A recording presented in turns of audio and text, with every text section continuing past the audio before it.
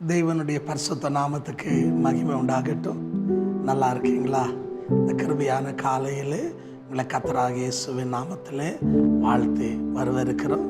என்னோடு கூட இந்த காலையில் நீதிமொழிகளின் புத்தகம் 10ஆம் அதிகாரம் தேவ மகிமைக்காக 19ஆம் வசனத்தை வாசித்து பாருங்கள். வேதம் சொல்லுது, வீண் வார்த்தையினால் பாவம் உண்டாகும் என்று கர்த்தருடைய வார்த்தை சொல்லுது. அன்பான சகோதரனே, சகோதரியே, சமீபத்திலும் தூரத்திலும் கவனிக்கிற தேவச்சனமே, சாலமோன் ஞானி சொல்லும்போது சொல்றாரு, வீண் வார்த்தையினால பாவம் உண்டாகும் என்று சொல்லி. இன்னைக்கு அநேகருடைய வாழ்க்கையை நீங்கள் கவனிச்சிங்கன்னா எதனால கேட்டாங்கன்னா வாயால் கெட்டு போனாங்க. அநேக ஆசீர்வாதங்களை அநேகர் இழந்து போகிறதுக்கு காரணம், தேவையில்லாத பிரச்சனையில் போய் சிக்கிக்கொள்றதுக்கு காரணம், அன்பான தேவ ஜனமே, சம்பந்தமே இல்லாத வீண் பிரச்சனையை வர வைத்து கொள்வதுக்கு காரணம் என்னன்னா தேவையில்லாத வார்த்தைகள். ஏன்னா கர்த்தருடைய வசனம் நமக்கு அன்பான தேவ ஜனமே நடந்து முடிப்பதுக்கு அல்ல, நடக்கிறதுக்கு முன்னாலேயே நம்ம எப்படி வாழணும் எப்படி வாழக்கூடாது என்று கர்த்தருடைய வசனம் நமக்கு அழகாக தெளிவாய் போதிக்கிறது.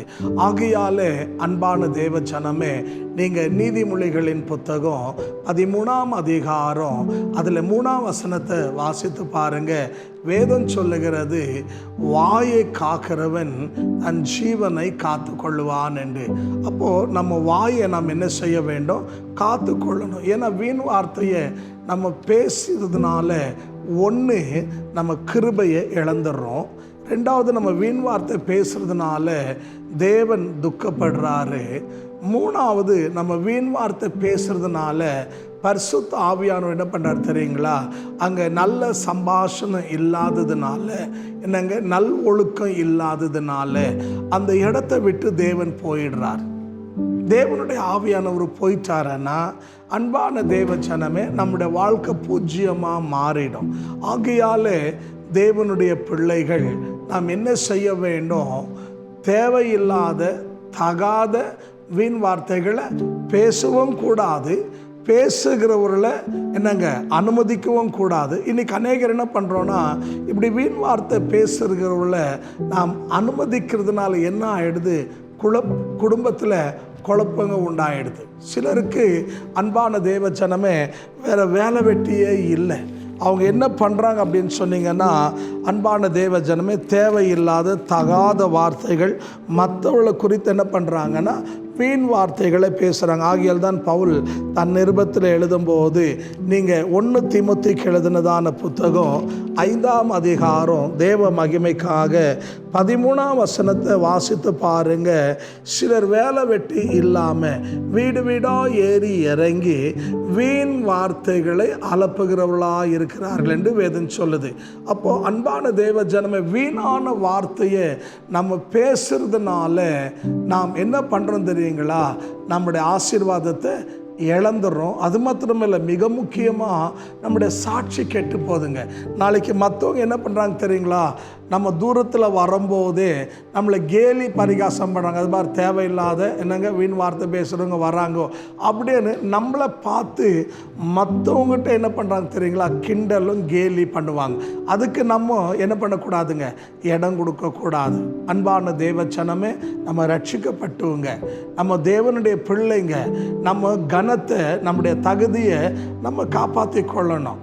நம்ம எவ்வளோ அன்பான தேவ ஜனமே வார்த்தையை குறைக்கிறோமோ அவ்வளவோ நம்மளோட வாழ்க்கை, நம்முடைய எதிர்காலம், நம்மளோட குடும்பம் நல்லா இருக்கும். இன்றைக்கி ரொம்ப பேர் என்ன பண்ணுறாங்க தெரியுங்களா?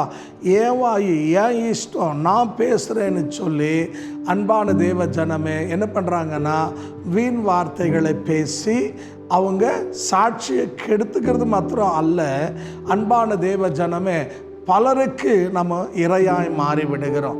ஆகியால் தான் வேதத்தில் வாசித்து பாருங்க. நீதிமொழிகள் 18ஆம் அதிகாரம் 21ஆம் வசனத்தை வாசிச்சிங்கன்னா வேதம் சொல்லுது, ஜீவனும் மரணமும் நாவின் அதிகாரத்தில் இருக்குதுன்னு சொல்லி. அப்போது அன்பான தேவ ஜனமே, இந்த நாவில், இந்த வாயில் என்னத்தை வச்சிருக்கார தேவன்? ஜீவனும் மரணம் வச்சிருக்கிறார். ஆகியால் வீண் வார்த்தையை பேசி தயவு செய்து நீங்கள் பாவிகளாக மாறிடாதீங்க. நீங்கள் அநேகருக்கு எப்படி இருக்கணும் தெரியுங்களா? முன்மாதிரியாக இருக்கணும். உங்கள் வாயில் வர்ற வார்த்தை அது தேவ வாக்காக இருக்கணுமே தவிர தேவன் தூசிக்கப்படுற வார்த்தைகள் நம்ம ஒன்றும் பேசக்கூடாது. அப்படி நம்ம பேசினா நம்ம வாழ்க்கை அன்பான தேவ ஜனமே அநேகருக்கு ஏளனமாக இருக்கும். ஆகையால் தான் இஸ்ரவேலுக்கு ராஜாவான தாவீது அன்பான தேவ ஜனமே ஒரு ஜெபம் பண்ணுறார். நீங்கள் வேதத்தில் தேவ மகிமைக்காக வாசித்து பாருங்கள். இது தாவீது ராஜாவனுடைய ஜெபம். என்ன ஜெபம் தெரியுங்களா? அன்பான தேவ ஜனமே, நீங்கள் சங்கீதங்களின் புத்தகம் 39ஆம் அதிகாரம் அதில் முதல் 2 வசனங்களை நீங்கள் வாசித்து பாருங்கள். தாவீது ராஜா சொல்கிறார், ஆண்டவரே என் வாய்க்கு என்ன பண்ணுங்க, காவல் வையும். ஏன் அவர் காவல் வைக்க சொல்கிறாருன்னா, என்னங்க என் நாவால் நான் பாவம் செய்யாதபடிக்கு என்னங்க என் வாய்க்கு காவல் வையன்றார். இது ஒரு சாதாரணமான மனுஷனுடைய வார்த்தை அல்ல. தேவனுடைய இருதயத்துக்கு ஏற்ற மனுஷனாயிருக்கிற தாவீதனுடைய வார்த்தை. அது மட்டுமல்ல, அன்பான ஒரு இஸ்ரவேலுக்கு ராஜா, அவ்வளோ பெரிய பரிசுத்தவான என்ன தெரியுமா சொல்கிறாரு, ஆண்டவரே என்ன பண்ணுங்க, என் வாய்க்கு காவல் வைங்க அப்படின்னு சொல்லி ஜெபம் பண்ணார். அப்போ இன்றைக்கி நீங்களும் நானும் எவ்வளோ எச்சரிக்கையாக இருக்க வேண்டியது அவசியம் என்று சற்று சிந்தித்து பாருங்கள். இன்றைக்கி நாம் அதை கவனிக்காததுனால தான் அன்பான தேவ ஜனமே நம்ம இன்றைக்கி என்ன ஆயிட்டு இருக்கிறோம் அப்படின்னு சொன்னீங்கன்னா, அநேகருக்கு பரிகாசமானாக இன்றைக்கி நம்ம காணப்பட்டு கொண்டிருக்கிறோம். ஆகையால் இந்த கிருபியான வேளையில் தேவ சமூகத்தில் தேவ பிள்ளைகளாக இருக்கிற நீங்களும் நானும் அன்பான தேவ ஜனமே ரொம்ப ஜாக்கிரதையாக நம்முடைய ஆவிக்குரிய வாழ்க்கையை நம்ம வாழணும். காரணம் என்ன அப்படின்னு சொன்னீங்கன்னா, தேவ பிள்ளைங்க நாளைக்கு நம்மளை மற்றவங்க பார்த்து கேலி பரிகாசம் பண்ணக்கூடாது. என்னோடு 141ஆம் சங்கீதம் 3ஆம் வசனத்தை வாசித்து பாருங்கள். தாவீது ஜெபம் பண்றார், ஆண்டவரே என் வாய்க்கு காவல் வையும், என் உதட்டின் வாசலை காத்து கொள்ளுங்க அப்படின்னு சொல்லி வாய்க்கும் உதட்டுக்கும் காவல் வையன்னு சொல்கிறார், காத்து கொள்ளுங்க என்று சொல்கிறார். இன்றைக்கி நம்ம ரட்சிக்கப்பட்டோம், அபிஷேகம் பண்ணப்பட்டோம், தேவ பிள்ளைங்க பரிசுத்தவான்கன்னு சொல்கிறோம். இன்றைக்கி அநேகர் வேலை ஸ்தலங்களில், குடும்பத்தில் இருக்கிற இடங்களில் நம்முடைய ஆவிக்குரிய வாழ்க்கையை கெடுத்து, நம்முடைய சாட்சியை கெடுத்து இன்றைக்கி நம்ம அநேகருக்கு கேலி பரிகாசமாக காணப்படுறோம். ஆகையால் இந்த காலவேளையில் இந்த வார்த்தையை சமீபத்தில் தூரத்தில் கவனிக்கிற என் அன்பு தேவ சனமே, இன்றைக்கு ஒரு தீர்மானம் பண்ணுங்க. ஆண்டவரே, இந்த 2025ஆம் வருஷத்தில் நான் வீணான பாவத்துக்கு ஏதுவான எந்த வார்த்தையும் பேசாதபடிக்கு ஆண்டவரே என் வாய்க்கு காவல் வையும். ஏன்னா தாவீது ராஜா ஜெபம் பண்ணும்போது நீங்கள் அன்பான தேவச்சனமே 19ஆம் சங்கீதம் 13லேருந்து வாசித்து பாருங்கள். அவர் ஜெபம் பண்ணுறார், ஆண்டவரே என் வாயின் வார்த்தையும் என் இருதயத்தின் தியானம் உனக்கு பிரியமாக இருக்கட்டும். இன்றைக்கி இந்த வார்த்தை கவனிக்கிற என் அன்பு தேவ ஜனமே, நீங்கள் பேசுகிற ஒவ்வொரு வார்த்தையும் தேவனுக்கு பிரியமாக இருக்குதா இல்லையான்னு இந்த காலவேளையில் சிந்தித்து பாருங்கள். ஒருவேளை நீங்கள் தவறி இருந்தால் சரிப்படுத்தி கொள்ளுங்க.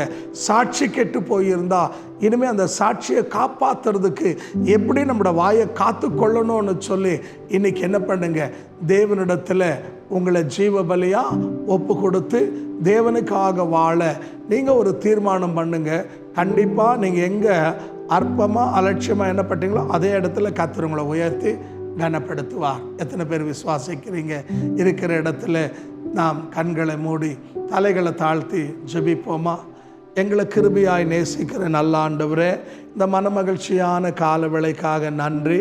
அன்ற வீண் வார்த்தைகளால் பாவம் உண்டாகும் என்று சொன்ன தேவன் தகப்பனே, நாங்கள் வீணான வார்த்தைகளை பேசி ஆண்டவரே தேவ மகிமை இழந்து விடாதபடி, தேவ பிரசன்னத்தை இழந்து விடாதபடி, கிருபையை இழந்து விடாதபடிக்கு தகப்பனே, தேவனுடைய நாம தூசிக்கப்படாதபடிக்கு, எங்களுடைய சாட்சி கெட்டு போகாதபடிக்கு, எங்களுடைய குடும்பங்கள் நரகமாக மாறிவிடாதபடிக்கு எங்களுடைய வாய்க்கு நீங்கள் காவல் வையும் என்று நாங்கள் ஜெபிக்கிறோம். அன்று யாரெல்லாம் கேட்டு உணர்த்தப்பட்டு ஒப்பு கொடுத்தார்களோ அத்தனை பேரையும் நீர் ஆசீர்வதிங்க. அவருடைய தேவைகளை சந்தியும், அவருடைய குறைகளை நிறைவாக்கும், அற்புதங்களை அதிசயங்களை செய்யுங்க ஆண்டவரே. அவள் அன்று இழந்து போன எல்லா நன்மைகளையும் அவளுக்கு திருப்பி தாரோம். உம்முடைய கிருபையுள்ள கரத்தில் ஒப்பு கொடுக்கிறோம். எங்களுடைய ஜெபங்களை கேட்டதுக்காக நன்றி. ஆசீர்வதியும் இயேசு கிறிஸ்துவின் நாமத்தில் பிதாவே, ஆமென், ஆமென். தேவன் உங்களை ஆசீர்வதிப்பாராக. இந்த கால வேளையில் இந்த வார்த்தை கேட்டு உணர்ந்து ஒப்பு கொடுத்த உங்களை கர்த்தர் ஆசீர்வதிப்பாராக.